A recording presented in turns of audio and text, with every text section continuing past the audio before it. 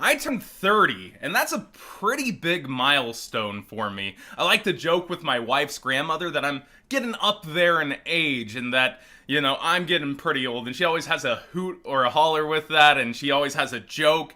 But I really want to leave something behind here that I would want to say to my younger self, and by that retrospect, I would, as my younger self, have really wanted to hear from somebody older and with more experience. And that's that it's really common to feel isolated, and you can put yourself in that place or you can end up in that place, and there's always a way out of there. When I was younger, I ended up in a place where I did want to take my own life, and I'm really glad I talked myself out of it. So I want to kind of talk to you guys on how I got to that place and how I got out of there. And it started in kindergarten. I got put in kindergarten early. So around 3rd to 4th grade, I'm really tiny and I start getting bullied a lot. And they hold me back in the 4th grade. My parents make that decision for me and put me in a different school for another 4th grade. So I jump one school.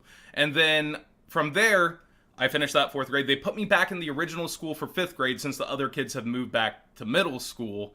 And then I jump another school to 6th grade. And I don't really retain any connection or friends. My parents were Sunday school teachers. They'd read in this magazine that basically like sleepovers were where kids experimented and did bad stuff with each other. And to some extent, that's probably very true. And they were trying to look out for me. They weren't trying to isolate me. And I have 3 brothers, but at that point, we were fighting really, really badly. We weren't getting along at all. You can't force kids to get along. So I end up in this place where I was really into Pokemon for a bit, actually, and I ended up giving away all my cards to my brother. My parents ended up scrambling them face down, and they took them one by one, and I loved Pokemon even then, and I didn't realize that's a sign that you're giving up. You're giving up something you love to others as you, prepare, and I would start to think about, how I would do it. I'd try to stay homesick from school and think about doing something that bad, and I'd always talk myself out of it. I even stayed, home from the church several times when my parents would go off to church, and I would convince myself that I would run away instead of actually taking my own life. And eventually I find Yu-Gi-Oh! And I just dive into it mechanic-wise. I pick up where Pokemon really left off for me, but I just fall in love on another level. And it starts with the cards. I start getting into the mechanics. I start getting into when's the next update. I start wanting more of it, and I'm deck building. And then I start bothering my parents to take me out to tournaments.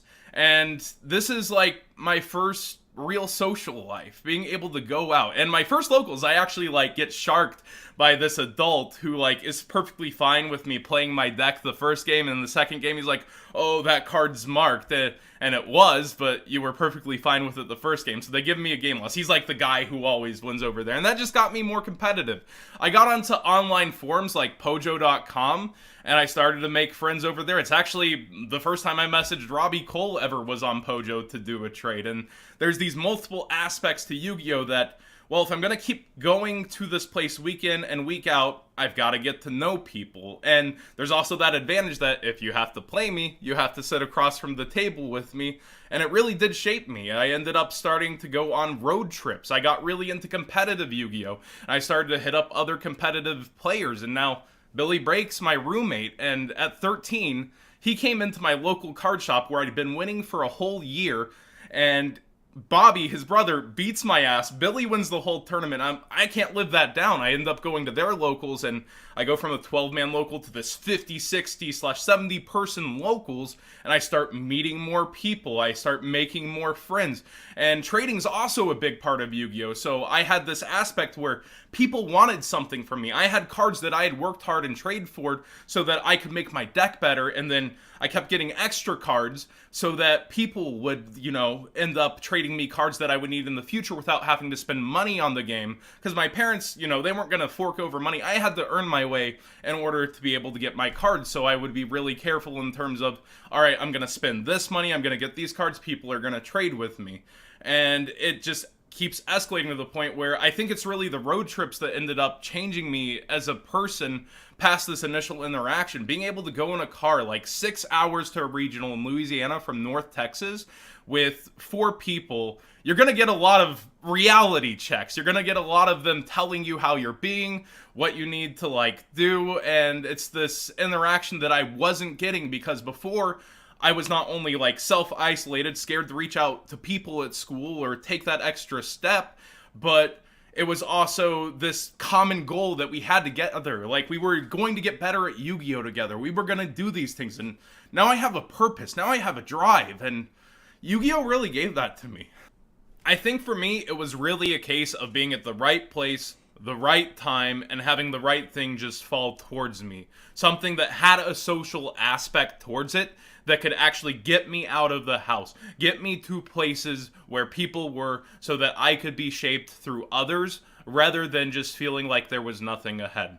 And I want you guys to know, I want there to be a message here that no matter what it seems like is ahead, there is something else out there that you may not know about, another reason to strive forward. I'm so fortunate to have met my wife, who I just can't put into words how much she's done for me. She supports me like no other. She tells me to continue doing what I'm doing with all faith in me, and she's the reason why I'm getting in shape now. I've lost over 50 pounds, and I'm starting to just try to get to the point where I can live a longer life with her. Things I used to not care about at all, I find now there's so many things to hold on to, so many things to look forward to, and people ask me when I plan to leave YouTube or stop doing Yu-Gi-Oh! And my answer is, I can't really quit something that's given so much to me, literally my life back, and shaped almost my entire adulthood into who I am, traveling events and going out there. So I see no foreseeable future where I ever do give this up. I've turned something that really gave me my life back into my living, and I couldn't be happier. Moving from middle school, which felt like a living hell, into high school was so much freaking better thanks to Yu-Gi-Oh! Whenever I went into lunch, I would scour the lunch table to see who was playing card games, even if it wasn't Yu-Gi-Oh! Because there was still this common link in interest. I'd sit down and people would have extra magic decks and would let me play, and I would even take the worst one knowing they're trying to beat me and do my best to beat them. And then there were other fellow Yu-Gi-Oh! Players there, and because I was competitive, I would do those silly duels where I would take on 3 people at once. But I do want to hit on a note. Kids can be very cruel. People would walk up to our lunch tables just to make fun of what we were doing, just to kind of spit on, like, oh, you're doing that really still at this age kind of thing in high school. And I think the world's become a lot more tolerating, but at the same time, people are still gonna be people. They're still gonna be really mean, especially when they're kids and they don't know better. And I just want to say, for those that make fun of what other people are doing, you really might want to consider what it truly means to them. You may not know what you're truly stepping on with a person when you're making fun of something like Yu-Gi-Oh! And on the other hand, you do have to be able to take some of that, some kind of people making fun of you throughout life on the things that you love. It's give and take on both sides. It doesn't make it acceptable, but you have to know it's going to happen with anything that you like. Somebody's going to come in and call it trash, and you have to learn how to deal with that. Yu-Gi-Oh! Really did save my life, and I wouldn't be here without it. What Yu-Gi-Oh! Did for me may be something completely different for you. There's so many different communities that are amazing out there. I've also been kind of a part of the fighting game community. I've gone out to tournament, I've watched so many Twitch streams, and there's so many people sitting around not only talking about the game itself and the characters and the worlds that are developed there, but the people playing them. Similarly, there's weightlifting competitions, people focusing on actually improving themselves. And you don't have to be the person trying to become the world's strongest man, but there's a community there focused on helping each other become better, to move forward, to become something more and live longer. And I think that's very important, that when you're in a dark place, that you're not standing still and feeling like you're sinking in quicksand, that you are making steps forward, that you're pulling yourself forward no matter how hard it may be. If you feel like you're in a place like that, I sincerely hope that you have a place to reach out for and get help, be it friends, a hotline. I'll try to link some of those down below.